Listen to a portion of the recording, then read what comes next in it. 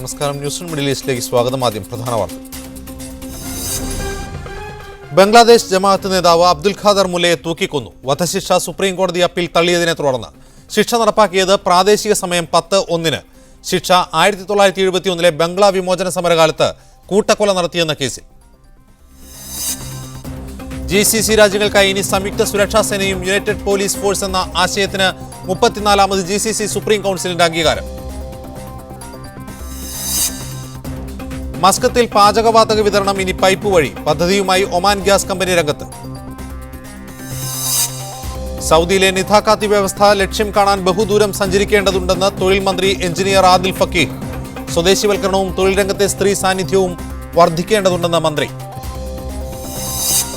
കോഴിക്കോട്ട് പന്നിയങ്കരയിൽ വാഹന പരിശോധനയ്ക്കിടെ ബൈക്ക് യാത്രികർ മരിക്കാനിടയായ സംഭവത്തിൽ പോലീസിനെ ന്യായീകരിച്ച് ഇളങ്കോവൻ കമ്മീഷൻ റിപ്പോർട്ട്. അക്രമ സംഭവങ്ങൾക്ക് പിന്നിൽ മതമൗലികവാദ സംഘടനകളും മണൽ മാഫിയയുമാണെന്ന് റിപ്പോർട്ട്. കമ്മീഷൻ ജനപ്രതിനിധികളുടെ മൊഴി മുഖവിലക്കെടുത്തിട്ടില്ലെന്ന് എ പ്രദീപ് കുമാർ MLA. കോഴിക്കോട് പന്നിയങ്കരയിൽ പോലീസിന്റെ വാഹന പരിശോധനയ്ക്കിടെ 2 ബൈക്ക് യാത്രികർ മരിക്കാനിടയായ സംഭവത്തിൽ പോലീസിനെ ന്യായീകരിച്ച് ഇളങ്കോവൻ കമ്മീഷൻ റിപ്പോർട്ട്. അപകടത്തെ തുടർന്ന് അരങ്ങേറിയ അക്രമ സംഭവങ്ങൾക്ക് പിന്നിൽ മതമൗലികവാദ സംഘടനകളും മണൽ മാഫിയകളുമാണെന്നും റിപ്പോർട്ടിൽ പറയുന്നു. റിപ്പോർട്ടിന്റെ പകർപ്പ് മീഡിയ വണിൽ ലഭിച്ചു.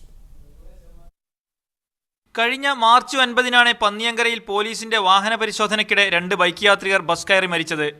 തൊട്ടടുത്ത ദിവസം നഗരത്തിലിറങ്ങിയ ജനക്കൂട്ടം വ്യാപക അക്രമം നടത്തി. സംഭവത്തിൽ പോലീസിനെതിരെ കടുത്ത വിമർശനമുയർന്ന പശ്ചാത്തലത്തിലാണ് യുവാക്കളുടെ മരണം, നഗരത്തിലുണ്ടായ അക്രമം എന്നിവയെക്കുറിച്ച് അന്വേഷിക്കാൻ പൊതുവിദ്യാഭ്യാസ സെക്രട്ടറി ഡോക്ടർ കെ ഇളങ്കോവനെ സർക്കാർ ചുമതലപ്പെടുത്തിയത്. സംഭവത്തിൽ പോലീസിന് തെറ്റുപറ്റിയിട്ടില്ലെന്നാണ് ഇളങ്കോവൻ കമ്മീഷന്റെ കണ്ടെത്തൽ. പോലീസിനെ കണ്ടുഭയന്ന ബൈക്ക് യാത്രികർ പെട്ടെന്ന് വാഹനം തിരിച്ചതാണ് അപകടമുണ്ടാകാൻ കാരണം. ബൈക്ക് യാത്രികനെ പോലീസ് പിന്നിൽ നിന്ന് പിടിച്ചുവലിച്ചതിന് തെളിവില്ല. പോലീസ് പരിശോധനയ്ക്ക് യോജിച്ച സ്ഥലത്തല്ല പരിശോധന നടത്തിയതെന്ന് കമ്മീഷൻ പറയുന്നു. കോഴിക്കോട് നഗരത്തിലുണ്ടായ അക്രമ സംഭവങ്ങൾ ആസൂത്രിതമാണ്. മണൽ മാഫിയയും മതമൗലികവാദ സംഘടനകളുമാണ് അക്രമം നടത്തിയത്. സമീപ ജില്ലകളിൽ നിന്നെത്തിയവരും അക്രമത്തിൽ പങ്കാളികളായിട്ടുണ്ട്. പോലീസിന്റെ പ്രതിച്ഛായ തകർക്കലും പോലീസ് നടപടികൾ ജനവിരുദ്ധമാണെന്ന് ചിത്രീകരിക്കലുമാണ് ഇതിനു പിന്നിലെ ലക്ഷ്യമെന്ന് റിപ്പോർട്ടിലുണ്ട്. പോലീസിന്റെ വാഹന പരിശോധനയടക്കം ചിത്രീകരിക്കാവുന്ന വിധം നഗരത്തിൽ കൂടുതൽ CCTV ക്യാമറകൾ സ്ഥാപിക്കണമെന്നും റിപ്പോർട്ട് നിർദ്ദേശിക്കുന്നുണ്ട്. ജില്ലാ കലക്ടറും സിറ്റി പോലീസ് കമ്മീഷണറും നിർദ്ദേശിച്ച വ്യക്തികളിൽ നിന്ന് മാത്രമാണ് കമ്മീഷൻ തെളിവെടുത്തിട്ടുള്ളത്. Najathulla, media one, Kozhikode. അക്രമ പ്രവർത്തനങ്ങൾക്ക് പിന്നിൽ മതമൗലികവാദ സംഘടനകൾ തന്നെയാണെന്ന് Kozhikode DCC president KC Abu. പലപ്പോഴും വിഷയങ്ങൾ മത തീവ്രവാദ സംഘടനകൾ ഹൈജാക്ക് ചെയ്യുകയാണെന്നും അദ്ദേഹം പറഞ്ഞു.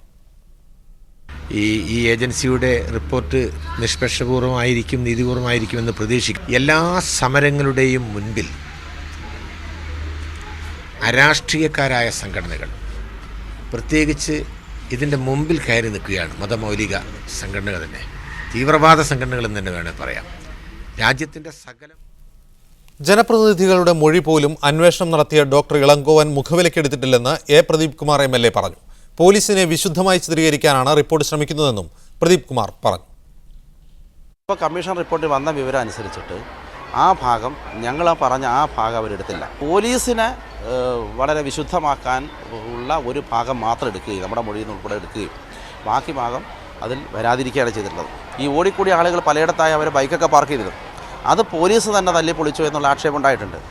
ആ ആക്ഷേപം ഞങ്ങൾ കമ്മീഷൻ മുമ്പാകെ ഉന്നയിച്ചാൽ അത് ആ മൊഴി അവിടെ രേഖപ്പെടുത്തണ്ടേ ഞങ്ങൾ പറഞ്ഞു എന്നുള്ളത്. ഇപ്പോഴും കണ്ടില്ലേ, മണൽ മാഫിയക്കെതിരെ ശക്തമായ നടപടി സ്വീകരിക്കാത്തതുകൊണ്ടല്ലേ ഇന്നലെ അവിടെ ചെറുവണ്ണൂരിൽ അവർ അക്രമം ഉണ്ടാക്കുക, പോലീസിന് നേരെ അക്രമം നടത്തി അവസാനം ആകാശത്ത് വെടിവെക്കേണ്ടി വന്നത്. പന്നിയങ്കരയിൽ നടന്നത് ജനകീയ പ്രതിഷേധമോ അതോ മൗലികവാദികളുടെയും മാഫിയയുടെയും ആസൂത്രിത കലാപമോ? ന്യൂസ് മിഡിൽ ഈസ്റ്റ് ഇന്ന് പരിശോധിക്കുന്ന ഈ ചർച്ചയിൽ പങ്കെടുക്കാൻ KC Abu DCC president news സ്റ്റുഡിയോയിലുണ്ട്. അതുപോലെ നൂറുൽ അമീൻ പോപ്പുലർ ഫ്രണ്ടിന്റെ സംസ്ഥാന കമ്മിറ്റി അംഗം, അദ്ദേഹം ന്യൂസ് സ്റ്റുഡിയോയിലുണ്ട്. മുൻ SP സുഭാഷ് ബാബു കോഴിക്കോട് സ്റ്റുഡിയോയിൽ നിന്ന് ചേരും. കൂടാതെ മുഹമ്മദ് റിയാസ് CPM ജില്ലാ കമ്മിറ്റി അംഗം, അദ്ദേഹത്തെ ടെലിഫോൺ ലൈനിലും പ്രതീക്ഷിക്കുന്നു.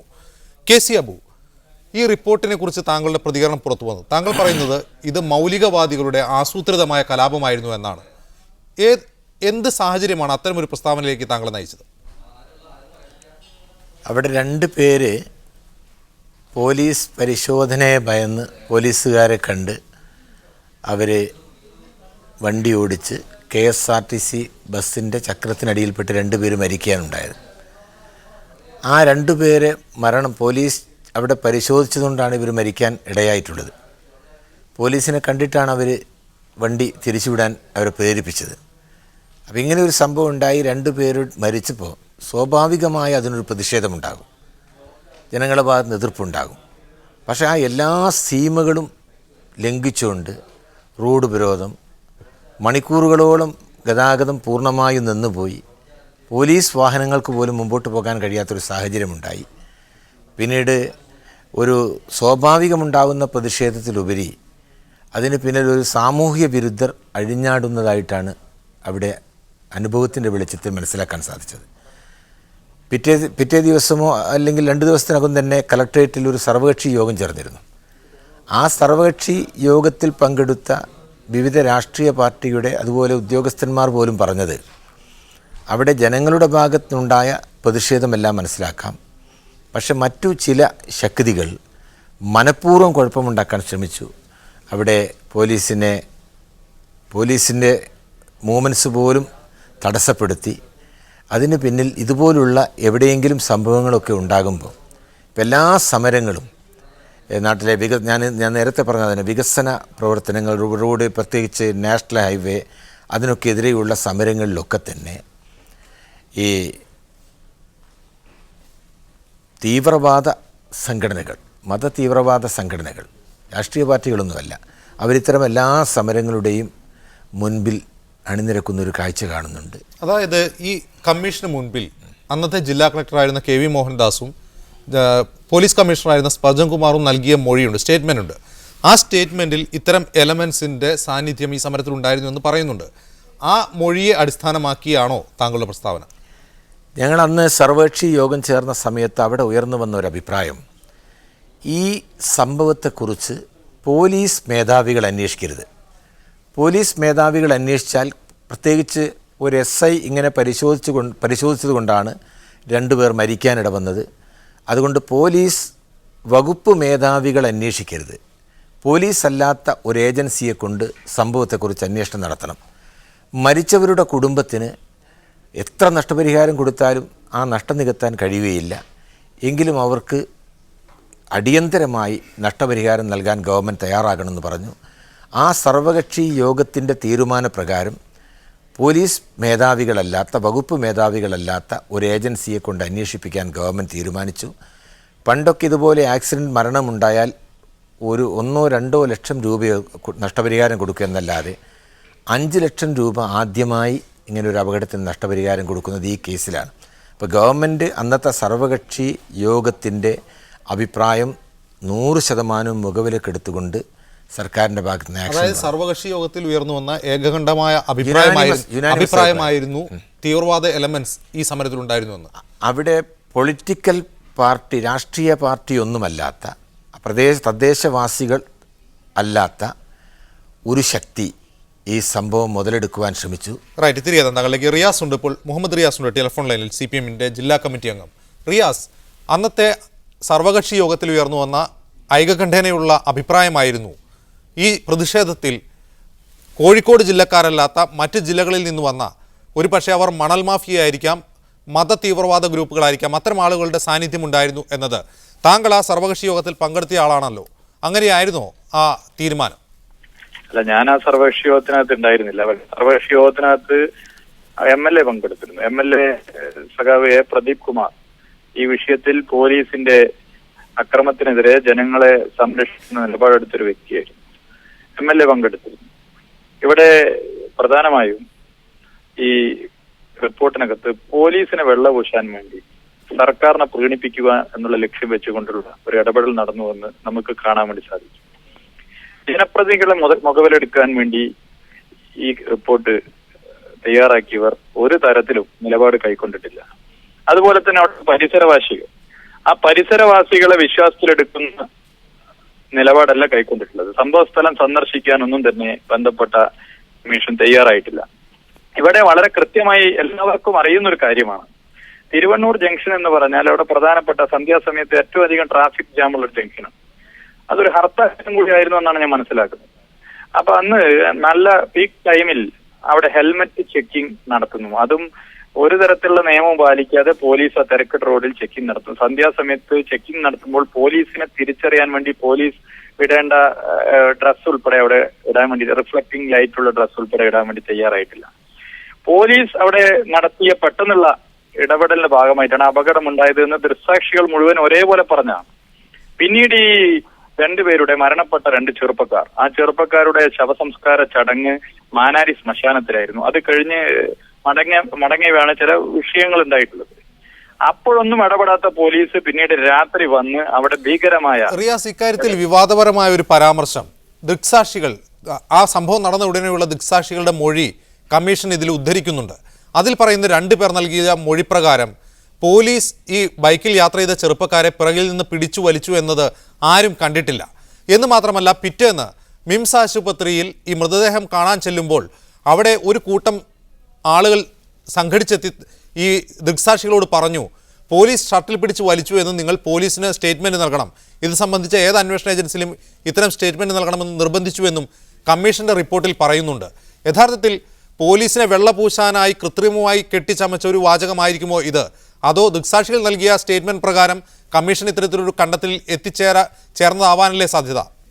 അല്ല, കമ്മീഷൻ സുതാര്യമാകണം. കമ്മീഷൻ പറയണം ആരൊക്കെയാണ് ചോദ്യം ചെയ്തിട്ടുള്ളത്, ആരൊക്കെയാണ് വിളിച്ചിട്ടുള്ളത്, ഏതൊക്കെ ദൃക്സാക്ഷികളാണ്. സ്ഥലത്ത് പോലില്ലാത്ത ഒരു ചെറുപ്പക്കാരനെ വീട് വളഞ്ഞ് അറസ്റ്റ് ചെയ്തു പോലീസ് ഈ വിഷയത്തിൽ.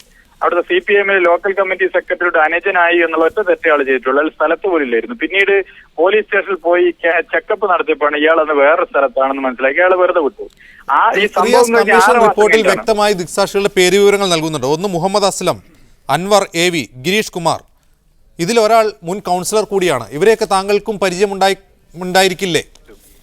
തീർച്ചയായിട്ടും. അൻവർ അവിടെ യൂത്ത് ലീഗിന്റെ നേതാവാണ്, കൗൺസിലറാണ്, എന്റെ സുഹൃത്താണ്. ഗിരീഷ് മുൻ കൗൺസിലറാണ്, CPM ലോക്കൽ കമ്മിറ്റി മെമ്പർ, DYFയുടെ മുൻ നേതാവാണ്. ഇവരെയൊക്കെ വിളിപ്പിച്ചത്, ചോദിച്ചത് എന്ത് എന്നുള്ളത് ഞാൻ ഗിരീഷുമായി നേരിട്ട് ഈ വിഷയത്തെ കുറിച്ച് സംസാരിച്ചിരുന്നു. അവിടെ കലക്ടറേറ്റിലേക്ക് വിളിപ്പിച്ചുകൊണ്ട് കാര്യങ്ങൾ സംസാരിച്ചു. ഗിരീഷിൽ നിന്ന് തന്നെ ഞാൻ മനസ്സിലാക്കിയ കാര്യം, ഇവിടെ പോലീസ് നടത്തിയിട്ടുള്ള വേട്ട, ആ വേട്ടയെ കുറിച്ച് കൃത്യമായി ഗിരീഷ് ഉൾപ്പെടെയുള്ള ആളുകൾ അവിടെ മൊഴി നൽകിയതാണ്. 7ാം ക്ലാസ്സിലെ ഒരു കുട്ടിയെ തലക്കടിച്ച് 4 തുന്നാണ് പോലീസ് അടിച്ചിട്ട് ആ കുട്ടിക്ക് ഉണ്ടായിട്ടുള്ളത്. ഇത് ആ റിപ്പോർട്ടിനകത്ത് പരാമർശിച്ചിട്ടുണ്ടോ? അവിടെ 200 ബൈക്കുകൾ പോലീസ് അടിച്ച് തകർത്തു. ഈ 2 പേർ മരിക്കാൻ കാരണമായ ഇടപെടൽ നടത്തിയതും പോലീസാണെന്ന് മാത്രമല്ല, അതിനുശേഷം പോലീസ് സ്ത്രീകൾ മാത്രമുള്ള വീടുകളിൽ പുരുഷ പോലീസുകാർ റെയ്ഡ് ചെയ്തു. ഇത് എവിടെ കണ്ട സംഭവമാണ്? കേരളത്തിൽ UDF ഭരിച്ചപ്പോഴൊക്കെ തന്നെയാണ് ഈ ഹെൽമറ്റ് വേട്ട വ്യാപകമായിട്ട്. മുമ്പ് തിരുവനന്തപുരത്ത് കിള്ളിയിൽ ഹെൽമറ്റ് വേട്ടയുണ്ടായി, ചിലർ ഇതിന്റെ ഭാഗമായി മരണപ്പെട്ട് അവിടെ നടന്ന കലാപം. അപ്പൊ പോലീസിന്റെ പണി ഈ സാധാരണക്കാർ മോട്ടോർ ബൈക്ക് പോകുമ്പോൾ ഹെൽമറ്റ് ചെക്കിംഗ് നടത്തേണ്ടതെന്നല്ല, അവരെ ചാടി വീണ് പരിശോധിച്ച് അവരിൽ നിന്നും പണം പറ്റുന്ന നിലപാടൊക്കെ തന്നെ കടുത്ത ജനരോഷത്തിനിടയാക്കിയിട്ട് കാരണമുണ്ട്. ഇവിടെ താങ്കളിലേക്ക് ഇപ്പോൾ സുഭാഷ് ബാബു ഉണ്ട് കോഴിക്കോട് സ്റ്റുഡിയോയിൽ. സുഭാഷ് ബാബു, കേരളത്തിൽ ഹെൽമറ്റ് വേട്ട സാധാരണമാണ്. ഇപ്പോൾ ഹെൽമറ്റ് വേട്ടയുടെ പേരിലാണ് 2 ജീവനുകൾ ഇക്കൊല്ലം പൊലിഞ്ഞത് കോഴിക്കോട് പന്നിയങ്കരയിൽ. ഇളങ്കോവൻ കമ്മീഷൻ പോലീസിനെ വെള്ളപൂശുകയാണിതിൽ. പോലീസ് അവിടെ നടത്തിയത് ഹെൽമറ്റ് വേട്ടയല്ല, മറിച്ച് മദ്യപിച്ച് ആരെങ്കിലും വാഹനം ഓടിക്കുന്നുണ്ടോ എന്ന് പരിശോധിക്കുകയായിരുന്നു എന്നാണ് കമ്മീഷൻ ഇതിൽ പറയുന്നത്.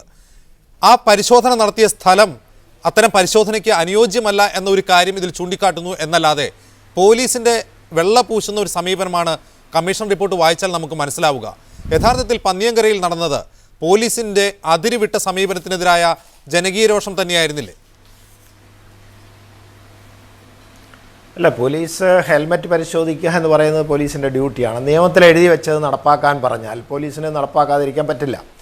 അങ്ങനെ പോലീസ് ഹെൽമറ്റ് പരിശോധിക്കുകയായാലും മദ്യപിച്ച് വാഹനം ഓടിക്കുന്നത് പരിശോധിച്ചാൽ ഇതൊക്കെ അപകടങ്ങളും അപകട മരണങ്ങളും ചുരുക്കാൻ വേണ്ടിയിട്ടുള്ള നടപടിക്രമത്തിൻ്റെ ഭാഗമാണ്. അത് കാലാകാലങ്ങളിൽ ഗവൺമെൻറ് ഓരോരോ സമയത്ത് ഒരു പ്രഖ്യാപനം ഉണ്ടാവും, നിർബന്ധമായിട്ടും ഇത് നടപ്പിലാക്കിയിരിക്കണമെന്ന് പോലീസിനോട് പറയുന്നതിൻ്റെ ഭാഗമായിട്ടാണ് ഇതൊക്കെ ചെയ്യുന്നത്. അപകടങ്ങൾ വർദ്ധിപ്പിക്കുമ്പോൾ പോലീസ് നിഷ്ക്രിയരാണെന്ന് പറയും. ചെക്ക് ചെയ്ത് കഴിഞ്ഞ് എന്തെങ്കിലും പരാതി ഉണ്ടായി കഴിയാൻ പോലീസ് അതിക്രമമാണെന്ന് പറയും. അത് ശരിയെന്ന് ഞാൻ അംഗീകരിക്കാൻ തയ്യാറില്ല. പോലീസ് ഉദ്യോഗസ്ഥന്മാരെ സംബന്ധിച്ചിടത്തോളം തിരക്കുള്ള സ്ഥലത്ത് ചെക്ക് ചെയ്യുന്ന അവസരത്തിൽ കൂടുതൽ ശ്രദ്ധാലുക്കളായിരിക്കണം. ആ സ്ഥലം അതിനുവേണ്ടി ഉപയോഗിക്കുന്നത് കഴിവതും ഒഴിവാക്കണം എന്നൊക്കെ വാക്കാൽ നിർദ്ദേശങ്ങളും രേഖാമൂലമായ നിർദ്ദേശങ്ങളുമുണ്ട്. പക്ഷേ അവിടെ പോലീസിൻ്റെ ഈ ചെക്കിങ്ങിൻ്റെ ഭാഗമായി പോലീസിൻ്റെ അതിക്രമത്തിലൂടെ അല്ല ഈ 2 യുവാക്കൾ ബസ്സിൻ്റെ അടിയിൽപ്പെട്ട് മരിച്ചത് എന്നാണ് അല്ല എന്നാണ് കമ്മീഷൻ കണ്ടെത്തിയിരിക്കുന്നത്. അതിനുശേഷം ഉണ്ടായ ആക്രമണം എന്ന് പറയുന്നത് അവിടുത്തെ കുറേ വ്യക്തികൾ അവരുടെ പോലീസിനുള്ളൊരു രോഷം, അത് ഹെൽമറ്റ് വേട്ടയായാലും ശരി, മണൽ മാഫിയയുടെ വേട്ടയായാലും ശരി, അവർ രണ്ടു ആളാണ് പ്രധാനപ്പെട്ട ഇതിനകത്ത് ഉൾപ്പെട്ടതായിട്ട്, അതിൻ്റെ കൂടെ കുറേ സാമൂഹ്യ ദ്രോഹികളും പെട്ടു എന്നാണ് പോലീസ് കേസ് പോലും അങ്ങനെയാണെന്നാണ് ഞാൻ മനസ്സിലാക്കുന്നത്. അപ്പോൾ അതിനെ തുടർന്നുണ്ടായ റോഡ് ഉപരോധവും റോഡ് തടയലും അതിന് കുറേ ടയറും അതേമാതിരിയുള്ള ഉപയോഗശൂന്യമാവസ്ഥകളും റോഡിൽ കത്തിച്ച് ഗതാഗത തടസ്സം ഉണ്ടാക്കുകയാണ്. ആ സമയത്ത് വിവിധ ഗ്രാഫേഴ്സ് എടുത്ത് പോലീസിൻ്റെ വീഡിയോ ഉൾപ്പെടെ എടുത്ത് ആ അക്രമത്തിൽ ഉൾപ്പെട്ടു എന്ന് തിരിച്ചറിയാവുന്ന വ്യക്തികളെയാണ് പോലീസ് അറസ്റ്റ് ചെയ്തത്. അതിൽ എല്ലാ ജാതി മതസ്ഥരുമുണ്ട്, എല്ലാ രാഷ്ട്രീയ പാർട്ടിയുടെ നേതാക്കന്മാരുമുണ്ട്, പ്രവർത്തകരുമുണ്ട്. അതേപോലെ തന്നെ നമ്മുടെ മണൽ മാഫിയയിൽപ്പെട്ട സുഭാഷ് ബാബു, എന്റെ ചോദ്യം ഇതാണ്, അങ്ങനെയാണെങ്കിൽ ഇത്തരം എലമെന്റ്സിന് ഈ കലാപത്തിൽ പങ്കുണ്ടായിരുന്നുവെങ്കിൽ അത് സംബന്ധിച്ച ഒരു ഇന്റലിജൻസ് റിപ്പോർട്ട് സർക്കാരിന്റെ ഭാഗത്തുണ്ടാവുമായിരുന്നില്ലേ? ഇത്തരം ശക്തികൾ കോഴിക്കോട് പോലുള്ള ജില്ലകളിൽ കലാപത്തിന് ഒരുങ്ങി പുറപ്പെടുന്നുണ്ടെന്ന ഒരു മുന്നറിയിപ്പെങ്കിലും ഇന്റലിജൻസ് നൽകേണ്ടതല്ലേ? ഇതൊന്നുമില്ലാതെ ജില്ലാ കളക്ടറുടെയും അസിസ്റ്റന്റ് പോലീസ് കമ്മീഷണറുടെയും മൊഴിയുടെ അടിസ്ഥാനത്തിൽ കമ്മീഷൻ ഇത്തരത്തിലൊരു കണ്ടെത്തൽ എത്തിച്ചേരുന്നത് വസ്തുതാവിരുദ്ധമല്ലേ? അല്ല, ശരിക്കും പോലീസിൻ്റെ പേരിലൊരു ആരോപണം ഉണ്ടാകുകയും ആരോപണത്തെ തുടർന്നിട്ട് ആരെങ്കിലും മരിച്ചു എന്ന് പറയുന്ന സാഹചര്യം തീർച്ചയായും അതിന് ഒരു തുടർ അക്രമമോ അല്ലെങ്കിൽ ഒരു പ്രതിഷേധം ഉണ്ടാകാനുള്ള സാധ്യതയുണ്ട്. അതിൽ ഇൻ്റലിജൻസ് റിപ്പോർട്ട് ശരിയായ രീതിയിൽ ശേഖരിച്ചില്ല. ആ ശേഖരിച്ചതിൽ പോലീസിന് അലംഭാവമുണ്ടായിരുന്നു. അത് പോലീസിന്റെ ഒരു പരാജയമാണെന്ന് ശ്രദ്ധിക്കേണ്ടതായി. അന്ന് ഈ സംഭവത്തെ തുടർന്ന് അറസ്റ്റ് ചെയ്യപ്പെട്ടവരിൽ ഒരാൾ NDF പ്രവർത്തകനാണ് എന്ന് വാർത്തയുണ്ടായിരുന്നു. അദ്ദേഹം കൊണ്ടോട്ടിക്കാരനാണെന്നും ആ വാർത്തയിൽ പറയുന്നുണ്ട്, കോഴിക്കോട് ജില്ലക്കാരനല്ല. മറ്റൊരു കാര്യം, അന്നത്തെ ജില്ലാ കളക്ടറായിരുന്ന KV മോഹൻകുമാർ ഈ കമ്മീഷന് മുമ്പാകെ നൽകിയ സ്റ്റേറ്റ്മെൻറ്റിൽ മതതീവ്രവാദ ഗ്രൂപ്പുകളുടെ മതമൗലികവാദികളുടെ പങ്കാളിത്തം ഈ കലാപത്തിൽ ഉണ്ട് എന്ന് അദ്ദേഹത്തിൻ്റെ സ്റ്റേറ്റ്മെൻറ്റിൽ പറയുന്നുണ്ട്. ഇതേ സ്റ്റേറ്റ്മെൻറ്റ് തന്നെ സ്പർജൻ കുമാറും നൽകുന്നുണ്ട്. യഥാർത്ഥത്തിൽ NDF എന്ന് പ്രയോഗിച്ചതിലൂടെ പോപ്പുലർ ഫ്രണ്ടിനെ ആയിരിക്കാം KV മോഹൻകുമാർ ഉദ്ദേശിച്ചിട്ടുണ്ടാവുക. എന്താണ് നിങ്ങളുടെ സംഘടനയ്ക്ക് ഈ കലാപത്തിലുള്ള പങ്കാളിത്തം? അജിംസ്, ഇതിൽ ഈ വിഷയത്തിലേക്ക് വരുന്നതിന് മുന്നേ നമ്മൾ അതിൻ്റെ വേറെ ചില വശങ്ങൾ പരിശോധിക്കേണ്ടതുണ്ട്. എവിടെ ആക്സിഡൻറ്റ് നടന്നാലും അതിനെതിരെ ജനകീയമായ ഒരു പ്രതികരണം ഉണ്ടാകുക, വാഹനങ്ങൾ കത്തിക്കുക എന്നതൊക്കെ കേരളത്തിലൊരു സർവ്വസാധാരണമായ ഒരു രീതിയായിട്ട് ഉയർന്നു വരുന്നുണ്ട്. ഇപ്പോൾ ഈ പന്നിയങ്കരയിലും പരിസരത്തും ഇതിനോടനുബന്ധിച്ചുണ്ടായ കലാപം, ഈ കലാപത്തിന് പെട്ടെന്നുണ്ടായ പ്രേരണ എന്താണ്? പോലീസ് നടപടിയല്ല അതിന് കാരണമെങ്കിൽ, പോലീസ് വേട്ട നടത്തിയത് കൊണ്ടല്ല, ഹെൽമറ്റ് വേട്ട നടത്തിയത് കൊണ്ടല്ല അങ്ങനെ സംഭവിച്ചതെങ്കിൽ പിന്നെ എന്തുകൊണ്ട് പെട്ടെന്ന് ഇങ്ങനെ ഒരു കലാപം ഉണ്ടായി? അതിനുണ്ടായ പ്രകോപനം എന്താണ്? അത് എവിടെ ഈ കമ്മീഷൻ റിപ്പോർട്ടിലോ പോലീസിൻ്റെ റിപ്പോർട്ടിലോ അത് പറയുന്നില്ല. ഒന്നാമത്തെ വശം. രണ്ട്, ഇത്തരം സംഭവങ്ങളെ അത് പറയുന്നുണ്ട് നൂറുൽ അമീൻ. ഇവർ പറയുന്നത്, കമ്മീഷൻ റിപ്പോർട്ടിൽ പറയുന്നത് ഇങ്ങനെയാണ്: ജില്ലയ്ക്ക് പുറത്തുള്ള ചില ശക്തികൾ അവർ സംഘടിതമായി ഓർക്കസ്ട്രേറ്റഡ് എന്ന പദമാണ് ഉപയോഗിച്ചിട്ടുള്ളത്, വളരെ ആസൂത്രിതമായി നടത്തിയ ഒരു ആക്രമണമായിരുന്നു, ഒരു പ്രതിഷേധത്തിൻ്റെ മാർഗത്തിലുള്ള ഒരു ആക്രമണമായിരുന്നു എന്ന് കമ്മീഷൻ റിപ്പോർട്ടിൽ പറയുന്നുണ്ട്. ഈ പ്രതിഷേധം ഉണ്ടാകാൻ കാരണം ഹെൽമറ്റ് വേട്ട തന്നെയല്ലേ? ഹെൽമറ്റ് ധരിക്കണമെന്ന് നിയമം കൊണ്ടുവന്നത് ജീവൻ സംരക്ഷിക്കാനാണ്, ജീവൻ നശിപ്പിക്കാനല്ല. പോലീസ് പലപ്പോഴും ഇത്തരം ചില സാധാരണക്കാരായ ആളുകളുടെ മേൽ നിയമം അടിച്ചേൽപ്പിക്കുകയും അതിൻ്റെ പേരിൽ അപകടങ്ങളും പ്രശ്നങ്ങളും ഉണ്ടാവുകയും ചെയ്യുന്നതും കേരളത്തിൽ പതിവായിരിക്കുകയാണ്. ഇത്തരം സന്ദർഭങ്ങളിൽ പ്രതിഷേധം ഉണ്ടാകുമ്പോൾ പോലീസിന് നേരെയും സർക്കാർ വാഹനങ്ങൾക്ക് നേരെയും ആക്രമണം നടത്തുക എന്നത് ഇവിടുത്തെ രാഷ്ട്രീയ പാർട്ടികൾ ഉണ്ടാക്കിയെടുത്തൊരു സംസ്കാരമാണ്. അവരിൽ നിന്നാണ് ഇത്തരം ക്രിമിനൽ പ്രവർത്തനങ്ങൾ കേരളത്തിൽ വ്യാപകമായിട്ട് നടന്നുകൊണ്ടിരിക്കുന്നത്. എല്ലാവർക്കും അറിയാം. ഇത് കേരളത്തിലെ പൊതുജനങ്ങൾക്ക് മുഴുവൻ അറിയുന്ന ഒരു കാര്യമാണ്. ഏതോ ഒരു പോപ്പുലർ ഫ്രണ്ട് പ്രവർത്തകൻ അതിലുണ്ട് എന്ന് പറയുന്നു. ഏതാണ് ആൾ? ആളുടെ പേരെന്താണ്? അയാൾക്ക് അഡ്രസ്സ് ഇല്ലേ? പേര് പറയണമല്ലോ, പേര് വ്യക്തമാക്കണമല്ലോ. അയാൾ പോപ്പുലർ ഫ്രണ്ട് പ്രവർത്തകനാണ് എന്നതിന് എന്താ തെളിവ്? പോപ്പുലർ ഫ്രണ്ടിൻ്റെ ഒരു പ്രവർത്തകരും അതിലില്ല. രണ്ട് സാധാരണക്കാരായ കുട്ടികൾ, യുവാക്കൾ അവിടെ ആക്സിഡൻറ്റിൽ മരിച്ചതിൽ പോപ്പുലർ ഫ്രണ്ടിൻ്റെ ഒരു പ്രവർത്തകൻ വന്ന് അവിടെ മുഴുവൻ നാട് മുഴുവൻ ഇളക്കി മറിക്കുക, 10 KSRTC തകർക്കുക, നാട്ടിലെ മുഴുവൻ കടകളും തച്ചു തകർക്കുക, ഇതൊക്കെ ഒരു KV മോഹൻകുമാറിന്റെ സ്റ്റേറ്റ്മെന്റിൽ പ്രത്യേകം പറയുന്നത് ബേപ്പൂർ, ഏലത്തൂർ, പുതിയാപ്പ എന്നിവിടങ്ങളിൽ നിന്നുള്ള ആളുകൾ പ്രതിഷേധത്തിൽ ഉണ്ടായിരുന്നു എന്നാണ്. അതാണ് അദ്ദേഹം ഇത്തരം ഗ്രൂപ്പുകളുടെ പങ്കാളിത്തത്തിന് തെളിവായി പറയുന്നത്. യെസ് അജിംസ്, ഇവരുടെ പേരുകൾ എന്തുകൊണ്ട് ഈ ഉദ്യോഗസ്ഥർക്ക് വെളിപ്പെടുത്താൻ സാധിക്കുന്നില്ല? പോലീസ് ഉദ്യോഗസ്ഥർക്ക് വ്യക്തമായ അന്വേഷണത്തിൻ്റെ അടിസ്ഥാനത്തിലാണല്ലോ അത് പറയേണ്ടത്. ഇപ്പോൾ സുഭാഷ് സാറ് അദ്ദേഹം പറഞ്ഞ കാര്യത്തിൽ ഈ പേരുകളൊന്നും പറയുന്നില്ലല്ലോ, ഈ കാരണങ്ങളൊന്നും പറഞ്ഞില്ലല്ലോ. സർവ്വ രാഷ്ട്രീയ കക്ഷികളും ഉണ്ട് എന്നാണല്ലോ പറഞ്ഞത്. താങ്കളിലേക്ക് KC അബു, ഇവിടെ സുഭാഷ് ബാബു ചൂണ്ടിക്കാട്ടി ഇന്റലിജൻസിൽ നിന്നുള്ള വിവരങ്ങൾ ശേഖരിക്കുന്നതിൽ പോലീസിന് വീഴ്ച പറ്റി. അതാണ് അത്തരത്തിൽ കലാപം രൂക്ഷമാവാൻ കാരണമായതെന്ന്. മറ്റൊരു കാര്യം, കമ്മീഷൻ വളരെ ഒരു ബ്ലാങ്കറ്റ് സ്റ്റേറ്റ്മെന്റ് നടത്തുന്നു എന്നല്ലാതെ ആരാണ് ഇതിൽ ഇൻവോൾവ് ആയിട്ടുള്ള തീവ്രവാദ ഗ്രൂപ്പുകൾ എന്ന് കമ്മീഷൻ പറയുന്നില്ല. അത്തരം കൃത്യമായ വിവരങ്ങൾ അദ്ദേഹത്തിന് ലഭിച്ചിട്ടുമില്ല.